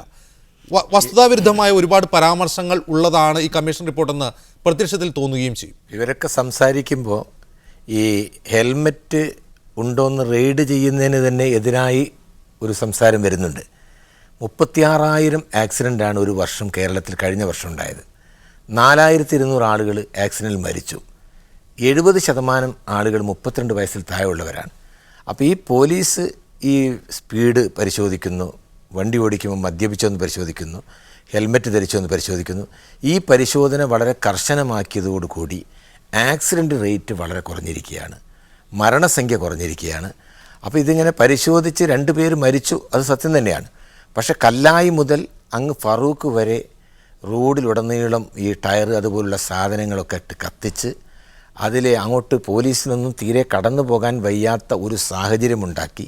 കലങ്ങിയ വെള്ളത്തിൽ നിന്ന് ചില ആളുകൾ മീൻ പിടിക്കാൻ ശ്രമിച്ചു. ഇവിടെ എന്ത് സംഭവങ്ങളുണ്ടെങ്കിലും ഈ ഒരു എല്ലായിടത്തും തന്നെ രാഷ്ട്രീയ കക്ഷികളൊന്നുമല്ല. അന്നത്തെ സർവകക്ഷി യോഗത്തിൽ CPMൻ്റെ പ്രതിനിധികൾ പോലും പറഞ്ഞത് അവിടുത്തെ കലാപം നടത്തിയ ഈ അക്രമം നടത്തിയവർക്കെതിരെ നടപടി സ്വീകരിക്കണമെന്നാണ്. അതാരെന്ന് പരിശോധിക്കണം. അതിൽ കലക്ടർ പ്രകടിപ്പിച്ച സംശയം ആ യോഗത്തിൽ നിന്ന് ഉയർന്നു വന്നൊരു സംശയമാണ്. അതാണ് കലക്ടർ റിപ്പോർട്ട് പറഞ്ഞത്. കലക്ടറും സ്പർജൻ കുമാറും സ്വയം ഒരു വെളിപാടുണ്ടായി ആരെയെങ്കിലും ബ്ലെയിം ചെയ്യാൻ വേണ്ടി പറഞ്ഞതല്ല. ആ യോഗത്തിൻ്റെ ഒരു പൊതു അഭിപ്രായമാണ് അവർ ഇത് റിപ്പോർട്ടിനകത്ത്. റിയാസ്, താങ്കൾ ടെലിഫോൺ ലൈനിലുണ്ടെങ്കിൽ ഇത്തരത്തിലുള്ളൊരു പ്രതിഷേധം ഉണ്ടാകുമ്പോൾ സ്വാഭാവികമായും അതിലെല്ലാ രാഷ്ട്രീയ പാർട്ടികളുടെയും പ്രവർത്തകരും അനുഭാവികളും ആ രാഷ്ട്രീയ പാർട്ടികൾക്ക് വോട്ട് ചെയ്യുന്നവരും ഒക്കെ പങ്കാളികളാവാറുണ്ട്. അതിനിടയിൽ ചിലപ്പോൾ മറ്റ് രാഷ്ട്രീയേതര സംഘടനകളുടെ പ്രവർത്തകർ കൂടി അതിൽ ഉൾപ്പെട്ടിട്ടുണ്ടാകാം എന്ന് കരുതി ഒരു കമ്മീഷൻ റിപ്പോർട്ടിൽ അത്തരം എലമെൻറ്റുകളാണ് ഈ കലാപം ഓർക്കസ്ട്രേറ്റ് ചെയ്തത് എന്നൊക്കെ കണ്ടെത്തലുകൾ ഉണ്ടാകുമ്പോൾ ആ രാഷ്ട്രീയ പാർട്ടികൾക്ക് കൂടി പങ്കാളിത്തമുള്ള ഒരു പ്രതിഷേധത്തെ ചില സംഘടനകളിലേക്ക് ചുരുക്കിക്കെട്ടാനുള്ള ശ്രമമല്ലേ നടക്കുന്നത്? അല്ല, ഇതിൽ ഞാൻ അടിവരയിട്ട് പറയട്ടെ, മദ്യപിച്ച് വാഹനം ഓടിക്കുന്നത് പരിശോധിക്കുന്നതിനും ഹെൽമെറ്റ് ഉപയോഗിക്കാതെ വാഹനം ഓടിക്കി പരിശോധിക്കുന്നതിനും നമ്മൾ ആരും എതിരല്ല. പക്ഷെ അത് വളരെ കൃത്യമായ റൂൾസിനകത്ത് പറഞ്ഞിട്ടുണ്ട് എവിടുന്നൊക്കെ എങ്ങനെയായിരിക്കണം പരിശോധിക്കുന്നത്. സമയം, സ്ഥലം ഒക്കെ ഒരു പ്രധാന ഘടകമാണ്. ഇതങ്ങനെ പരിശോധന നടത്താൻ അനുയോജ്യമായ ഒരു സ്ഥലമല്ല ഇത് എന്ന് കോഴിക്കോട്ട് താമസിക്കുന്ന ഏതൊരു വ്യക്തിക്കും അറിയാം. അത്ര തിരക്കേറിയ ജംഗ്ഷനാണ്. അവിടെ നിന്ന് പരിശോധന നടത്തുന്നു. 2, ഇതിൽ വന്നിട്ടുള്ള പ്രതിഷേധം. 1, ഇന്റലിജൻസിന്റെ പൂർണ്ണ പരാജയം ഇതിനകത്തുണ്ട്. സ്വാഭാവികമായും പോലീസിന്റെ ഭാഗത്തു നിന്നുണ്ടായിട്ടുള്ള ഇത്തരം ഒരു ഇടപെടലിന്റെ ഭാഗമായി പ്രതിഷേധം ഉണ്ടാവുമെന്ന് പോലീസിന് അറിയാം. ആ സമയത്ത് പോലീസ് ശ്രദ്ധിച്ചില്ല. പിന്നീട് രാത്രി പിറ്റേ ദിവസം വന്ന് അവിടെ കാണുന്നവരെ മുഴുവൻ അടിക്കുന്നു. അവിടെ നിർത്തിയിട്ട ബൈക്ക് മുഴുവൻ അടിച്ച് തകർക്കുന്നു. സ്ത്രീകൾ മാത്രം താമസിക്കുന്ന വീടുകൾ റെയ്ഡ് ചെയ്യുന്നു. അവിടുന്ന് ചില ആളുകൾ പറഞ്ഞതിന്റെ ഭാഗമായി ചില വീടുകൾ പോയി ആളുകളെ അറസ്റ്റ് ചെയ്യുന്നു. പോലീസിൽ ഒരുപാട് നല്ലവരുണ്ട്. അന്ന് ആ വിഷയം തീർക്കാൻ വേണ്ടി മാതൃകാപരമായ ഇടപെടൽ നടത്തിയൊരു ഉദ്യോഗസ്ഥനാണ് സർക്കിൾ ഇൻസ്പെക്ടർ അഷറഫ്. പക്ഷെ ചിലർ ബോധപൂർവമായി ഇത്തരം ഇടപെടൽ നടത്തുന്നു. ഇതിനെതിരെയാണ് വലിയ ജനരോഷം ഇതിന്റെ ഭാഗമായി അവിടെ ഉയർന്നു വന്നിട്ടുള്ളത്. ഇവിടെ പോലീസ് നടത്തിയിട്ടുള്ള ഇടപെടലും ഇതിന്റെ ഭാഗമായി കമ്മീഷൻ വന്ന് നടത്തിയിട്ടുള്ള റിപ്പോർട്ടും അതിന്റെ ഭാഗമായി അരാജക പ്രവണതകൾ ഉണ്ട് എന്നൊക്കെ കണ്ടെത്തിയതൊക്കെ അന്വേഷിച്ചോട്ടെ. എന്റെ സുഹൃത്ത് ഇവിടെ നേരത്തെ പറഞ്ഞു ചില രാഷ്ട്രീയ പാർട്ടികളാണ് ഇത്തരത്തിലുള്ള പ്രവർത്തനം നടത്തുന്നത്. അതൊക്കെ ആരാണ്, എങ്ങനെയൊക്കെയാണ് നടത്തുന്നത് ജനത്തിനറിയാം. ഇവിടെ പോലീസിനെതിരെ ജനകീയമായ പ്രക്ഷോഭം നടത്തി 5 ചെറുപ്പക്കാർ വെടിയേറ്റ് വീണ മണ്ണാണ് ഈ കേരളം. അങ്ങനെ നിരവധി പോരാട്ടങ്ങൾ നടന്ന സ്ഥലമാണ്. ഇവിടെ അക്രമ പ്രവർത്തനവും ആളുകളെ വകവരുത്തുന്ന പ്രവർത്തനമൊക്കെ നടത്തുന്ന സംഘടനകൾ ഏതാണെന്നൊക്കെ ജനത്തിനറിയാം. അതല്ല ഇവിടുത്തെ വിഷയം. ഇവിടുത്തെ വിഷയം ഈ കമ്മീഷൻ ഗ്രൗണ്ടിൽ ഇറങ്ങി ഇതിനെക്കുറിച്ച് അന്വേഷണം നടത്തിയിട്ടുണ്ടോ? എവിടെയാണ് ഇവർ അന്വേഷിച്ചത്? അവിടുത്തെ സ്ഥലവാസികളുടെ വിശ്വാസത്തിലെടുക്കാൻ വേണ്ടി സാധിച്ചോ? എല്ലാം പുറത്തുനിന്ന് വന്ന ആളുകളാണെങ്കിൽ അവിടെ കണ്ടുനിന്ന ആളുകളുണ്ട്. പോലീസ് നടത്തിയ വേട്ടയെക്കുറിച്ച് എന്താണ് ഒരക്ഷരം മിണ്ടാൻ ഈ കമ്മീഷൻ തയ്യാറാകാത്തത്? അവിടുത്തെ ജനങ്ങളിൽ കടുത്ത പ്രതിഷേധം ഉണ്ടായിട്ടില്ലേ? ആ സ്ഥലത്ത് പോലില്ലാത്ത അവിടുത്തെ ചെറുപ്പക്കാരെ ഇതിനകത്ത് പങ്കെടുത്തു എന്ന് പറഞ്ഞ പന്യങ്കര പ്രദേശത്ത് ജനങ്ങളെ വീട്ടിൽ കയറി അറസ്റ്റ് ചെയ്തില്ലേ? സംഭവം കഴിഞ്ഞ് 6 മാസം കഴിഞ്ഞിട്ടാണ് ഒരു ചെറുപ്പക്കാരെ പിടിച്ച് അറസ്റ്റ് ചെയ്ത് ജയിലിലായത്. അവിടെ ഒരു സൗണ്ട്സിന്റെ കട നടത്തുന്ന ഒന്നും അറിയാത്ത നാട് മുഴുവൻ അറിയുന്ന ഒരു ചെറുപ്പക്കാരനെ. ഇങ്ങനെയുള്ള പ്രവർത്തനങ്ങൾ പോലീസ് നടത്തിയതിനെ കുറിച്ച് ഒരക്ഷരം മിണ്ടാൻ കമ്മീഷൻ തയ്യാറായി. ഇവിടെ കമ്മീഷൻ കാറിൽ നിന്ന് വെളിയിലിറങ്ങാതെയാണ് ഈ കണ്ടെത്തലുകൾ നടത്തിയെന്ന വിമർശനമുണ്ട്. ഇന്ന് പ്രദീപ് കുമാർ MLA പറഞ്ഞത് തങ്ങൾ ചൂണ്ടിക്കാട്ടിയ മൊഴിയെടുക്കണമെന്ന് ചൂണ്ടിക്കാട്ടിയ നിർബന്ധമായും ആ സ്ഥലത്ത് ഉണ്ടായിരുന്ന ജനപ്രതിനിധികളെയോ രാഷ്ട്രീയ പാർട്ടികളുടെ നേതാക്കളുടെയോ മൊഴിയെടുക്കാൻ പോലും കമ്മീഷൻ തയ്യാറായില്ല. ഇത്തരത്തിലൊരു കമ്മീഷൻ റിപ്പോർട്ട് എത്രമാത്രം വിശ്വാസയോഗ്യമാകും? മുഹമ്മദ് റിയാസ് തന്നെ പറഞ്ഞ് ഈ ഓടുന്ന വണ്ടിയിൽ നിന്ന് വാഹനം നിർത്താതെ മദ്യപിച്ചോ അല്ലെങ്കിൽ ഇത്തരം പരിശോധന നടത്താനുള്ള ഒരു യന്ത്രവും ഇപ്പം കണ്ടുപിടിക്കപ്പെട്ടിട്ടില്ല. അപ്പോൾ ഓടുന്ന മോട്ടോർ ബൈക്ക് ആണെങ്കിൽ അത് കൈകാണിച്ച് നിർത്തി പരിശോധിക്കാൻ മാത്രമാണ് ഇയാൾ മയക്കുമരുന്ന് ഉപയോഗിച്ചിട്ടുണ്ടോ, മദ്യപിച്ചിട്ടുണ്ടോ എന്നൊക്കെ മനസ്സിലാക്കാൻ വാഹനം കൈകാണിച്ച് നിർത്തേണ്ടി വരും. അപ്പോൾ ആ പരിശോധന നടക്കുമെങ്കിൽ പോലീസിന് ഇതൊക്കെ ചെയ്തേ ഒക്കുള്ളൂ. അത് ഏത് ഭരണത്തിലായാലും പോലീസുകാർ. റിയാസ് ആരോപിക്കുന്ന മറ്റൊരു കാര്യം, ആ സംഭവ സ്ഥലത്ത് പ്രതിഷേധമുണ്ടാകുമ്പോൾ പോലീസ് തന്നെ ചില അതിക്രമങ്ങൾ പിന്നീട് ദൃക്സാക്ഷികൾ ആരും തന്നെ ഇല്ല. ദൃക്സാക്ഷികളല്ലാതെ MLA-യോട് ഇപ്പോൾ ഈ സ്ഥലം MLA അല്ലെങ്കിൽ ഒന്നാം നിയോജകമണ്ഡലം MLA-യോട് വന്ന് തെളിവെടുത്തുകൊണ്ട് വല്ല കാര്യം, MLA ഇത് സാക്ഷിയാണ്, MLA ഇത് കണ്ടിട്ടുണ്ടോ? ഇവരാരെങ്കിലും സംഭവത്തിന് ദൃക്സാക്ഷികളല്ല. കാണാത്ത ആളുകളോട് വലിയ സ്റ്റേറ്റ്മെൻ്റ് എടുത്തുകൊണ്ട് എല്ലാ പാർട്ടിയുടെയും പ്രാതിനിധ്യം ഉറപ്പുവരുത്താൻ എല്ലാ പാർട്ടിയുടെയും ലീഡേഴ്സിൻ്റെ സ്റ്റേറ്റ്മെൻ്റ് ഒന്നും ഇതിൽ കാര്യമില്ല. ദൃക്സാക്ഷികളുടെ സ്റ്റേറ്റ്മെൻറ്റ് എടുക്കണം. പിന്നീട് ഈ കമ്മീഷൻ മുമ്പിൽ തെളിവെടുപ്പ് കൊടുക്കാനുള്ള അവസരം എല്ലാവർക്കും ഉണ്ടായിരുന്നു. ഒരു കമ്മീഷൻ നിശ്ചയിച്ച് കഴിഞ്ഞാൽ ആ കമ്മീഷൻ സുഭാഷ് ബാബു, ഇവിടെ ഒരു കാര്യമുണ്ട്. ഹെൽമെറ്റ് ഇല്ലാതെ വണ്ടി ഓടിക്കുക, മദ്യപിച്ച് വണ്ടി ഓടിക്കുക തുടങ്ങിയ കുറ്റങ്ങൾക്ക് പിഴ ചുമത്താനോ അല്ലെങ്കിൽ അത്തരം ആളുകൾക്കെതിരെ കേസെടുക്കാനോ മറ്റ് മാർഗ്ഗങ്ങളുണ്ട്. അവരെ പിന്തുടർന്ന് പിടികൂടേണ്ട ആവശ്യമുണ്ടോ? യഥാർത്ഥത്തിൽ ഹെൽമെറ്റ് വേട്ടയ്ക്ക് ഹെൽമെറ്റ് ധരിക്കാതെ ഒരാൾ ബൈക്ക് ഓടിച്ചാൽ ആ നമ്പർ ട്രേസ് ചെയ്തുകൊണ്ട് പോലീസിന് നിഷ്പ്രയാസം കേസെടുക്കാൻ സാധിക്കും. ഇത്തരത്തിൽ ഒരുതരം കൊളോണിയൽ മനോഭാവത്തോടെ, നാട്ടുകാരെ വേട്ടയാടുന്ന മനോഭാവത്തോടെ പോലീസ് ഇടപെടുമ്പോഴല്ലേ ഇത്തരം പ്രതിഷേധം ജനങ്ങളിൽ നിന്നുണ്ടാകുന്നത്. മാത്രമല്ല, പന്നിയങ്കരയിൽ പിറ്റേന്ന് കണ്ടത് അത്തരത്തിൽ പോലീസിനെതിരെ കാലാകാലങ്ങളായി ജനങ്ങൾക്കിടയിൽ നിലനിൽക്കുന്ന പ്രതിഷേധത്തിൻ്റെ ബഹിർസ്ഫുരണമായിരുന്നില്ലേ? അതെ, പോലീസിനെ സംബന്ധിച്ചിടത്തോളം ഇപ്പോൾ അത് കുറച്ച് കുറഞ്ഞു. പക്ഷേ ഹെൽമറ്റ് വളരെ കർശനമായി പരിശോധിക്കുന്ന അവസരത്തിൽ പോലീസിനോടൊരു, പ്രത്യേകിച്ച് ഈ ഇരുചക്ര വാഹനങ്ങൾ ഉപയോഗിക്കുന്ന ആളുകൾക്ക് ശക്തമായ പ്രതിഷേധം ഉണ്ടായിരുന്നു. അതിനൊരു അവസരം കിട്ടിയപ്പോൾ അതിനൊരു വിഭാഗം ആളുകൾ അത് മുതലെടുത്തു. അതിനോടൊപ്പം തന്നെ ഇതിനകത്ത് സജീവമായി പങ്കെടുത്തുവെന്ന് ഞാൻ മനസ്സിലാക്കുന്നത് പോലീസിൻ്റെ ഇപ്പോഴത്തെ അന്വേഷണത്തിൽ നിന്ന് ബോധ്യപ്പെട്ടിട്ടുള്ളതും ഇതിൽ ഈ സാൻഡ് മാഫിയയും അവരെ സഹായിക്കുന്ന ചില ആളുകളും ഈ പ്രദേശത്തും പരിസര പ്രദേശത്തുമുള്ള ആളുകൾ വന്നിരുന്നു. ഈ മരിച്ച ആളുകളുടെ ബന്ധുക്കളും ആ പ്രദേശത്തുകാരും അവരുടെ സ്നേഹിതന്മാരും അതിൽപ്പെട്ട രാഷ്ട്രീയ പ്രവർത്തകരും ഒക്കെ പ്രതിഷേധിക്കാൻ വന്ന അവസരത്തിൽ അത് കൈവിട്ടു പോയി. അങ്ങനെയാണ് അവിടെ പ്രശ്നങ്ങളൊക്കെ ഉണ്ടായത്. അത് പോലീസ് നേരത്തെ തിരിച്ചറിഞ്ഞില്ല, അത് അന്വേഷിച്ച് മനസ്സിലാക്കേണ്ടതായിരുന്നു. ആ മനസ്സിലാക്കാൻ പോലീസിൻ്റെ ഭാഗത്തുനിന്ന് അമാന്തം ഉണ്ടായി. അതുകൊണ്ടാണ് ഇത്ര രൂക്ഷമായ പ്രശ്നങ്ങളുണ്ടായത് എന്നാണ് പോലീസിൻ്റെ തന്നെ ഒരു വിലയിരുത്തൽ. അതാണ് അത് തീർച്ചയായിട്ടും അങ്ങനെ കിട്ടിയിട്ടില്ല. പ്രതിഷേധം നടന്ന ദിവസം പോലീസിന്റെ ഭാഗത്തു നിന്ന് ചില അക്രമങ്ങൾ ഉണ്ടായതായി മുഹമ്മദ് റിയാസ് ആരോപിക്കുന്നുണ്ട്. അത്തരം സംഭവങ്ങളായിരിക്കാം പ്രതിഷേധം കൂടുതൽ രൂക്ഷമാകാൻ ഇടയാക്കിയതെന്നും റിയാസ് ചൂണ്ടിക്കാട്ടുന്നുണ്ട്. പോലീസ് ആ സമയത്ത് ഏതാനും വാഹനങ്ങൾ നശിപ്പിച്ചിരുന്നു എന്നൊരു റിപ്പോർട്ട് ആ പ്രദേശത്തുണ്ട്. ഞാനതിൽ ഈ ദൃക്സാക്ഷികളായി ഉണ്ടായിരുന്നു എന്ന് പറയുന്ന രണ്ടാളുകളുമായിട്ട് ഞാൻ സംസാരിച്ചതാണ്. അവർ ആകസ്മികമായിട്ട് ഞാൻ കാണാനിട വരികയും അവരോട് സംസാരിക്കുകയും ചെയ്തു. അപ്പോൾ അവരെ സംബന്ധിച്ചിടത്തോളം ആക്സിഡൻറ്റ് സംബന്ധം എന്താണെന്ന് പറയുമ്പോൾ അത് പോലീസിൻ്റെ തകരാറ് കൊണ്ടല്ല ഈ രണ്ട് യുവാക്കൾ ഈ വണ്ടിയുടെ അടിയിൽ പെട്ടുപോയത് എന്ന് അവരിൽ നിന്ന് ഞാൻ മനസ്സിലാക്കിയതാണെന്ന് തന്നെ. അതുതന്നെയാണ് കണ്ടെത്തലുകൾ. കാരണം ഈ രണ്ടാളുകളും അന്ന് പറഞ്ഞിരുന്ന ആ രണ്ടാളുകളും കമ്മീഷൻ സാക്ഷി തന്നെയാണ്. അപ്പോൾ അതിനെ തുടർന്ന് പോലീസ് അവിടെ എന്തോ അതിക്രമം ചെയ്തു എന്ന് അവിടുത്തെ തദ്ദേശീയരായ ചില ആളുകൾ ഒരു ആരോപണം ഉന്നയിച്ചിരുന്നു. അത് ഇനി കമ്മീഷനിലുണ്ടോ എന്ന് എനിക്ക് പറയാൻ പറ്റില്ല. അതുണ്ടോ ഇല്ലയോ എന്ന് അന്വേഷിച്ചിട്ടില്ലെങ്കിൽ അന്വേഷിക്കേണ്ടതാണ്. ഞാനതിൽ എതിർപ്പൊന്നും പറയുന്നില്ല. പക്ഷേ ഇവിടെ പോലീസ് അറസ്റ്റ് ചെയ്ത ആളുകൾ മുഴുവൻ വീഡിയോ ക്ലിപ്പിങ്ങുകളിലൂടെ ഐഡൻറ്റിഫൈ ചെയ്ത്, അതായത് തിരിച്ചറിയപ്പെട്ട വ്യക്തികളെ മാത്രമേ പോലീസ് അറസ്റ്റ് ചെയ്തിട്ടുള്ളൂ എന്നാണ് അന്വേഷണ ഉദ്യോഗസ്ഥനിൽ നിന്ന് ഞാൻ മനസ്സിലാക്കിയിട്ടുള്ളത്. അതല്ലാതെ നിരപരാധികളായിട്ട് ആ പ്രദേശത്തില്ലാത്ത ഒരാളെ അവർ അറസ്റ്റ് ചെയ്തിട്ടില്ല എന്ന് അവർ തീർച്ചയായിട്ടും പറയുന്നുണ്ട്. നൂറുൽ അമീൻ, മണൽ മാഫിയയും മത തീവ്രവാദവും ഇത് ചേർത്ത് പറയുമ്പോൾ മണൽ മാഫിയ പോലുള്ളവർക്കിടയിൽ പോപ്പുലർ ഫ്രണ്ടിനെ പോലുള്ള സംഘടനകൾക്ക് ബന്ധമുണ്ട് എന്നൊരു സൂചനയും ഈ സ്റ്റേറ്റ്മെന്റും ഈ കമ്മീഷൻ റിപ്പോർട്ടും നൽകുന്നുണ്ട്. എത്രമാത്രം സ്വാധീനമുണ്ട് അത്തരം ആളുകൾക്കിടയിൽ നിങ്ങളുടെ സംഘടന? ഇവിടെ ഉത്തരവാദപ്പെട്ട ഉദ്യോഗസ്ഥർ തെളിവ് സഹിതം പോപ്പുലർ ഫണ്ടിന് ഈ സംഭവത്തിൽ പങ്കുള്ളതായിട്ട് പറഞ്ഞിട്ടില്ല. രാഷ്ട്രീയമായി കള്ളത്തരങ്ങൾ പ്രചരിപ്പിക്കുന്നതിൽ മിടുക്കരായ ആളുകളെ അത്തരം ആരോപണം ഉന്നയിച്ചിട്ടുള്ളൂ.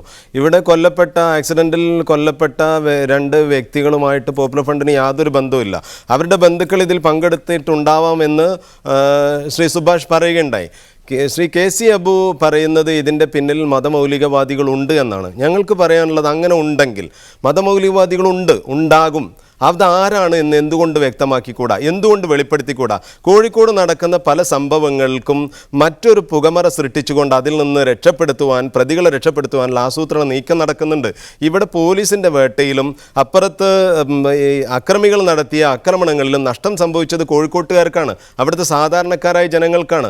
അതുകൊണ്ട് തന്നെ പ്രതികളെ കണ്ടെത്താൻ ഉത്തരവാദപ്പെട്ട ഭരണകൂടവും ഭരണകക്ഷിയിൽപ്പെട്ട KC അബുവിനെ പോലുള്ളവരും എന്തുകൊണ്ട് അതിന് ശ്രമിക്കുന്നില്ല? എന്തുകൊണ്ട് അത്തരം പ്രതികളെ പുറത്തു കൊണ്ടുവരുന്നില്ല? വ്യാജമായ ആരോപണങ്ങൾ ഉന്നയിച്ചുകൊണ്ട് പ്രശ്നത്തിൻ്റെ മർമ്മത്തിൽ നിന്ന് മാറിപ്പോവാൻ ശ്രമിക്കുന്നു. അതേസമയം കോഴിക്കോടും പരിസരത്തും നടന്നതുപോലുള്ള ഒരു അക്രമം തന്നെയാണല്ലോ ഗാഡ്ഗിൽ റിപ്പോർട്ടിനോടനുബന്ധിച്ച് കേരളത്തിലെ പല ഭാഗത്തും നടന്നത്. കസ്തൂരിരംഗൻ റിപ്പോർട്ടുമായിട്ട് ബന്ധപ്പെട്ട് എന്താ അതിലെ മതമൗലികവാദികളെ കണ്ടെത്താൻ ശ്രമിക്കാത്തത്? മതമൗലികവാദികൾ തന്നെയായിരുന്നു അതിലും നേതൃത്വം കൊടുത്തിരുന്നത്. കേരളത്തിലെ വ്യത്യസ്ത മതവിഭാഗങ്ങൾ. താങ്കളിലേക്ക് മുഹമ്മദ് റിയാസ്, ഇത്തരത്തിലൊരു റിപ്പോർട്ടിന്റെ അടിസ്ഥാനത്തിൽ ഭാവിയിലെങ്കിലും എങ്ങനെയാണ് ഇത്തരം റോഡ് അപകടങ്ങൾ, പോലീസിന്റെ ഹെൽമറ്റ് വേട്ടയെ തുടർന്നുള്ള വാഹന പരിശോധനയെ തുടർന്നുള്ള അപകടങ്ങൾ കുറയ്ക്കാൻ സാധിക്കുക? യഥാർത്ഥത്തിൽ ഇത് സർക്കാരിനെ പോലും തെറ്റിദ്ധരിപ്പിക്കുന്ന ഒരു റിപ്പോർട്ടായി അല്ലേ പരിഗണിക്കേണ്ടത്? അല്ല, ഇത് സർക്കാരിന് എല്ലാവിധ മാർക്കും കൊടുക്കുന്ന, പോലീസിന് വെള്ളപൂശുന്ന റിപ്പോർട്ട് സർക്കാരിന് കൂടി പ്രീതി പിടിച്ചു പറ്റാൻ വേണ്ടി നടപ്പിലാക്കിയതാണോ എന്ന് സംശയിക്കേണ്ടിയിരിക്കുന്നു. ഇത് UDFന്റെ പോലീസ് നയവുമായി കണക്ട് ചെയ്യപ്പെടുന്നതാണ്. സാധാരണക്കാരെ ബാധിക്കുന്ന ഇത്തരം വിഷയങ്ങൾ അവരെ പരമാവധി ബുദ്ധിമുട്ടിക്കുക, അല്ലാതെ പോലീസ് ഇടപെടേണ്ട വിഷയങ്ങൾ ഇടപെടുന്നില്ല. ഹൈക്കോടതി പോലും പോലീസിന്റെ തെറ്റുകളെ ചൂണ്ടിക്കാട്ടി ഗുണ്ടാ കൊട്ടേഷനുകൾ വളരുന്നു, അതിലൊന്നും തന്നെ ഇടപെടാത്ത പോലീസ് ഹെൽമെറ്റ് വേട്ടക്ക് മാത്രം അമിത താല്പര്യം കൊടുക്കുന്നു. ഇവിടെ എന്റെ പ്രിയപ്പെട്ട KC അബു സാഹിബ് പറഞ്ഞല്ലോ, MLA എന്തിനു ചോദ്യം ചെയ്യാം? MLA അവിടെ സ്പോട്ടിൽ എത്തിയിരുന്നു. ഈ പ്രശ്നം നടക്കുമ്പോൾ ജനങ്ങളെ പോലീസ് അതിക്രമം നടന്ന സമയത്ത് MLA പ്രദീപ് കുമാർ സ്പോട്ടിൽ അവിടെ ഉള്ളതാണ്. ആ നിലക്ക് പോലും അദ്ദേഹത്തെ വിശ്വാസത്തിലെടുക്കാൻ ചെയ്തില്ല. ഇതിൽ രണ്ട് ഇഷ്യൂ ആണ്, രണ്ട് പ്രധാനപ്പെട്ട പ്രശ്നം. ഒന്ന്, പോലീസ് കാരണമാണോ ഈ അപകടം രണ്ടുപേർക്കുണ്ടായി മരണപ്പെടാൻ കഴിയും? രണ്ട്, പിറ്റേ ദിവസം പോലീസിന്റെ അതിക്രമം. ഇത് രണ്ട് വെവ്വേറെ എടുക്കുമ്പോൾ കണ്ണിന് കാഴ്ചയുള്ളവർ പറയും. ശരിയാണ് മുഹമ്മദ് റിയാസ്, സമയക്കുറവ് ഇടപെടുകയാണ്. ഈ രണ്ട് ചോദ്യങ്ങൾക്കും ഈ കമ്മീഷൻ റിപ്പോർട്ട് മറുപടി നൽകുന്നില്ല എന്നതാണ് വസ്തുത. വളരെയധികം നന്ദി ചർച്ചയിൽ പങ്കെടുത്തതിന് മുഹമ്മദ് റിയാസ്, KC അബു, നൂറുൽ അമീൻ, സുഭാഷ് ബാബു. വളരെയധികം നന്ദി അതിഥികൾക്ക് ഒരിക്കൽ കൂടി. ന്യൂസ് ഓൺ മിഡിൽ ഈസ്റ്റ് ഒരു ഇടവേളയിലേക്ക്.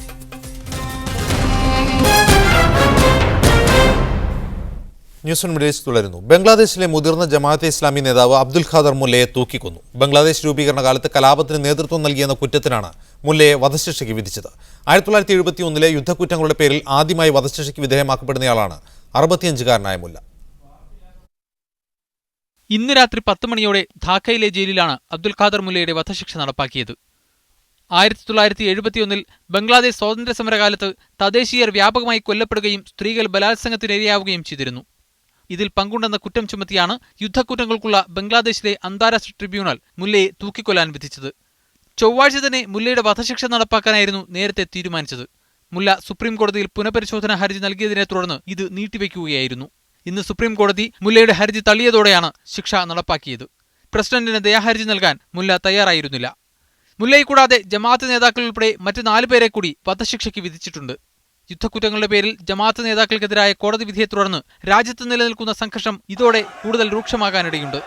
ഇന്ന് പലയിടത്തും ജമാഅത്ത് പ്രവർത്തകരും പോലീസും ഏറ്റുമുട്ടി. ബംഗ്ലാദേശ് രൂപീകരണത്തെ എതിർത്തിരുന്നെങ്കിലും പാകിസ്ഥാൻ സേനയുടെ യുദ്ധക്കുറ്റങ്ങളിൽ പങ്കില്ലെന്നാണ് ജമാഅത്തെ ഇസ്ലാമിയുടെ പക്ഷം. ട്രൈബ്യൂണൽ വിചാരണ നീതിപൂർവമായിരുന്നില്ലെന്നും അന്താരാഷ്ട്ര തലത്തിൽ ആക്ഷേപമുണ്ട്. News desk media 1. GCC രാജ്യങ്ങൾക്കായി സംയുക്ത സുരക്ഷാ സേന വരുന്നു. ഇന്നലെ കുവൈത്തിൽ സമാപിച്ച 34ാമത് GCC സുപ്രീം കൗൺസിലാണ് യുണൈറ്റഡ് പോലീസ് ഫോഴ്സ് എന്ന ആശയത്തിന് അംഗീകാരം നൽകിയത്. കഴിഞ്ഞ തവണ ബഹ്റൈൻ ആതിഥ്യം വഹിച്ച ഉച്ചകോടിയിലായിരുന്നു അറബ് മേഖലയിലെ പ്രത്യേക രാഷ്ട്രീയ സാഹചര്യത്തിൽ അംഗരാജ്യങ്ങളുടെ പൊതുസുരക്ഷയ്ക്കായി സംയുക്ത സേന വേണമെന്ന നിർദ്ദേശം ഉയർന്നു വന്നത്. കുവൈത്ത് ഉച്ചകോടിയുടെ സമാപന സെഷനിൽ പുറത്തിറക്കിയ കുവൈത്ത് പ്രഖ്യാപനത്തോടെ ഇതിന് അന്തിമാംഗീകാരമാകുകയായിരുന്നു. സംയുക്ത മിലിറ്ററി കമാൻഡ് സാക്ഷാത്കരിക്കുന്നതിനു വേണ്ട പ്രവർത്തനങ്ങൾ നടത്താൻ 6 രാജ്യങ്ങളിലെയും പ്രതിനിധികളെ ഉൾപ്പെടുത്തി പ്രത്യേക പ്രതിരോധ സമിതിക്കും രൂപം നൽകിയിട്ടുണ്ട്. സൈനിക സഹകരണം ഏകോപിപ്പിക്കുന്നതുമായി ബന്ധപ്പെട്ട വിശദമായ പഠനം നടത്തിയ ശേഷമായിരിക്കും മിലിറ്ററി കമാൻഡിന് രൂപം നൽകുക. ഇതോടൊപ്പം Gulf Academy for Strategic and Security Studies സ്ഥാപിക്കാനും തീരുമാനിച്ചിട്ടുണ്ട്. ഇതിന് ആതിഥ്യമൊരുക്കാമെന്ന UAEയുടെ നിർദ്ദേശം ഉച്ചകോടി അംഗീകരിച്ചു.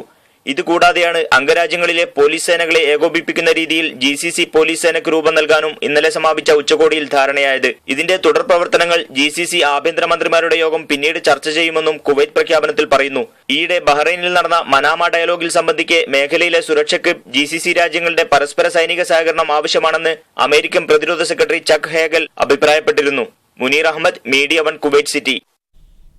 മസ്കത്ത് നഗരത്തിലെ വിവിധ മേഖലകളിൽ പൈപ്പ് വഴി പാചകവാതക വിതരണത്തിന് പദ്ധതി ആവിഷ്കരിക്കുന്നു. ഒമാൻ ഗ്യാസ് കമ്പനിയാണ് ഇത്തരമൊരു പദ്ധതിക്ക് തുടക്കമിടുന്നത്.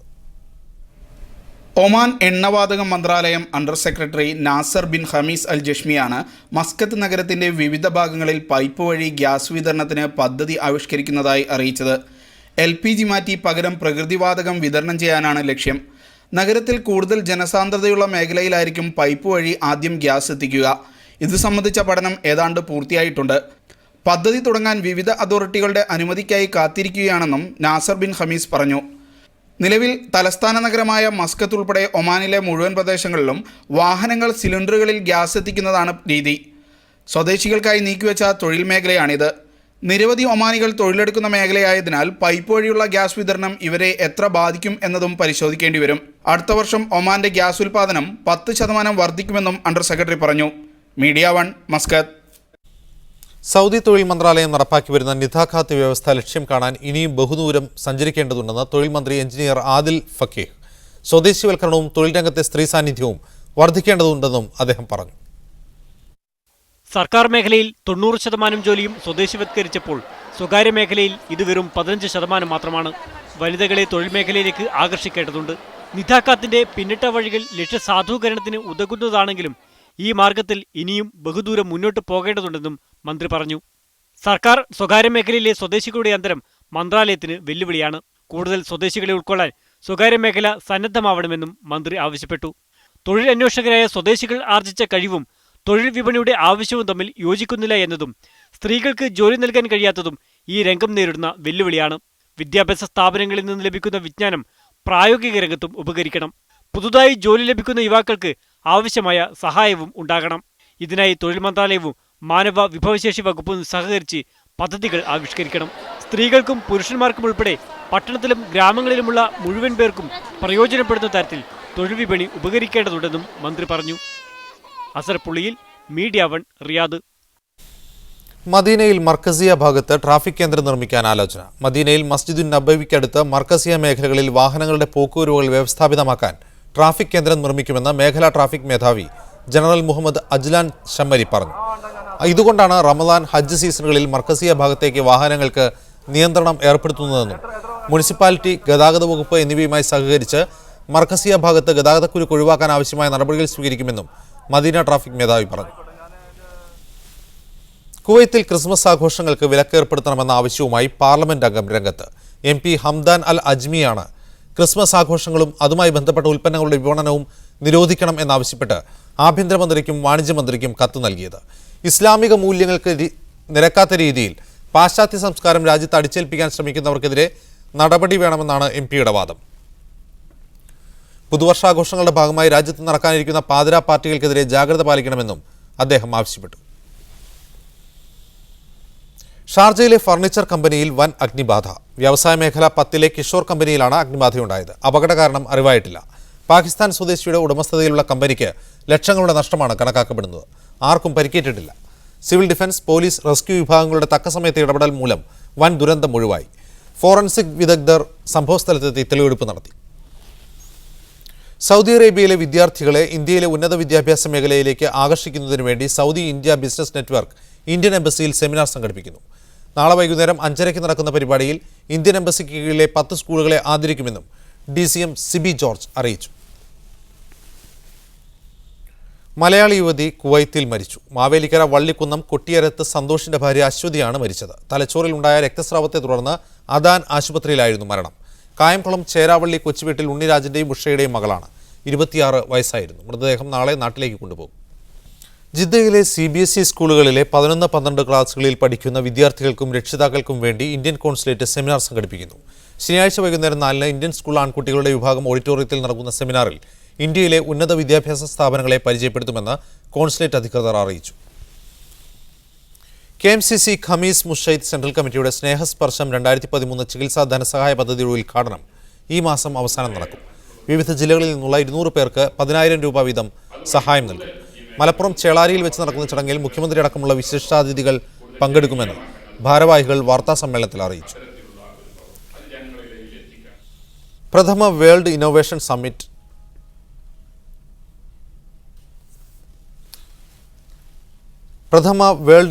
സമ്മിറ്റ് ഫോർ ഹെൽത്തിന് ഖത്തർ നാഷണൽ കൺവെൻഷൻ സെന്ററിൽ സമാപനമായി. ആഗോളതലത്തിൽ ആരോഗ്യ പരിചരണ മേഖല നേരിടുന്ന വിവിധ വെല്ലുവിളികളും അവയ്ക്കുള്ള പരിഹാരങ്ങളും ഉച്ചകോടിയിൽ ചർച്ച ചെയ്തു. ആരോഗ്യമേഖലയിലെ വിദഗ്ധരും നയരൂപീകരണ പ്രഗത്ഭരും അടങ്ങുന്നതായിരുന്നു സമ്മിറ്റിന്റെ സദസ്സ്. ഖത്തർ ഫൗണ്ടേഷൻ ചെയർപേഴ്സൺ ഷെയ്ഖ മൂസയാണ് വിഷിന്റെ ഉദ്ഘാടനം നിർവഹിച്ചത്. 2ാം സെക്ഷനിൽ സമാധാന നോബൽ ജേതാവ് ആങ് സാൻ സൂക്കി മുഖ്യപ്രഭാഷണം നടത്തി. ഉദ്ഘാടന സമ്മേളനത്തിൽ മൊറോക്കോ രാജ്ഞി ലല്ല സൽമ, വിഷ് എക്സിക്യൂട്ടീവ് ചെയറും ബ്രിട്ടൻ മുൻ ആരോഗ്യമന്ത്രിയുമായ professor Lord Darzi, London mayor Boris Johnson തുടങ്ങിയ പ്രമുഖർ പങ്കെടുത്തു. ആരോഗ്യമേഖലയിൽ സമകാലിക ലോകം നേരിടുന്ന വെല്ലുവിളികളും അവയുടെ പ്രതിവിധികളും സമ്മിറ്റിൽ ഗൗരവമായി ചർച്ചയായി. മരുന്നും ചികിത്സയും കൊണ്ട് പുലർത്തേണ്ടതല്ല ആരോഗ്യ സംരക്ഷണമെന്ന് സ്യൂക്കി വ്യക്തമാക്കി. വൈകിട്ട് 3 മുതൽ 6 വരെ നടന്ന പ്ലീനറി സെഷനോടെ സമ്മേളനം സമാപിച്ചു. റോഡപകടങ്ങൾ, സെൽഫോണിന്റെയും സോഷ്യൽ നെറ്റ്വർക്കിംഗ് സൈറ്റുകളുടെ ഉപയോഗം തുടങ്ങിയ ശീലങ്ങളുടെ ഭാഗമായി ഉണ്ടാകുന്ന ആരോഗ്യ പ്രശ്നങ്ങൾ സമ്മിറ്റിൽ ഗൗരവമായ ചർച്ചയായി. Rameez Chathiyara, media 1, Doha. UAEയിൽ ഇപ്പോഴും പഴയകാലത്തിൻ്റെ അവശേഷിപ്പുകൾ കണ്ടെത്താനാവുന്ന ഒരു എമിറേറ്റാണ് ഉമ്മുൽ ഖുവൈൻ. സ്വദേശീയരുടെ കുലത്തൊഴിലായ മീൻപിടുത്തവും പഴയ കവലകളും സജീവമാണ് ഇവിടെ.